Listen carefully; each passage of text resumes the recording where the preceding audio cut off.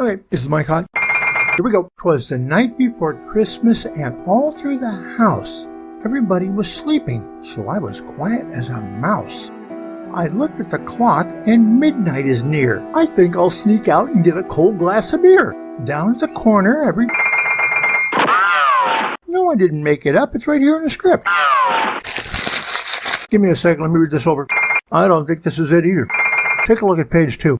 Second paragraph. Came the names in number of tiny reindeer. A crash and a boom could be heard on my roof. 'Twas a pawing and stomping of each tiny hoof, and before I could holler a warning of doom, the whole aggregation fell into the room. Okay, third time's a charm. Much better. Let's go for take. 'Twas the night before Christmas, and all through the house everybody was sleeping, so I was quiet as a mouse. I had gone to the living room just one last time to be sure that the lights and the wires were fine. There was no chance of fire. We were all safe and sound, so I headed for bed, but I turned quickly round, for a light was now flickering out in the hall. It was silent. It was pretty, not scary at all.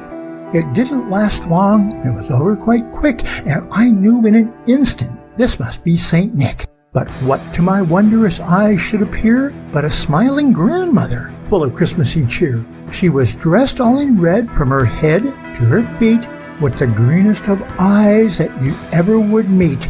She said not a word, but went straight to the tree. Then in the air glowed the names of my family and me, my children, my wife, and the relatives too. And when each name she spoke, a present popped into view. The kids' cousins, of course, and the grandparents too. And I stood and I watched as the pile of gifts grew. She next ate the snack that was left by the tree. Then she said, "There's a question you would ask of me?" I was caught by surprise by this grandmother elf, and seeing I'd been muttering out loud to myself. What happened to Santa? I wanted to know. He's the focus of Christmas. He's the star of the show. Papa's up north, and he's doing just fine. We split up the route back in 2009. There are too many houses and too many towns. He was getting behind in his once yearly rounds. All the lasers and alarms, they're too hard on the sled. So we bought a transformer.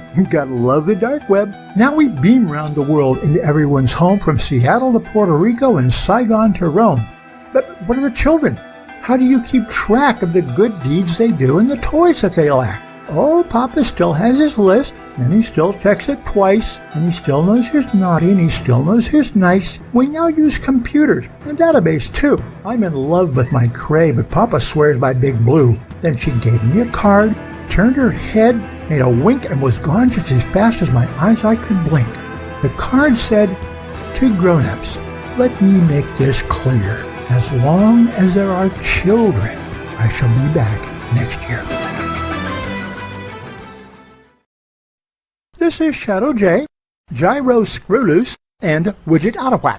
I would like to thank you all for following the veritable quandary and making it such a success.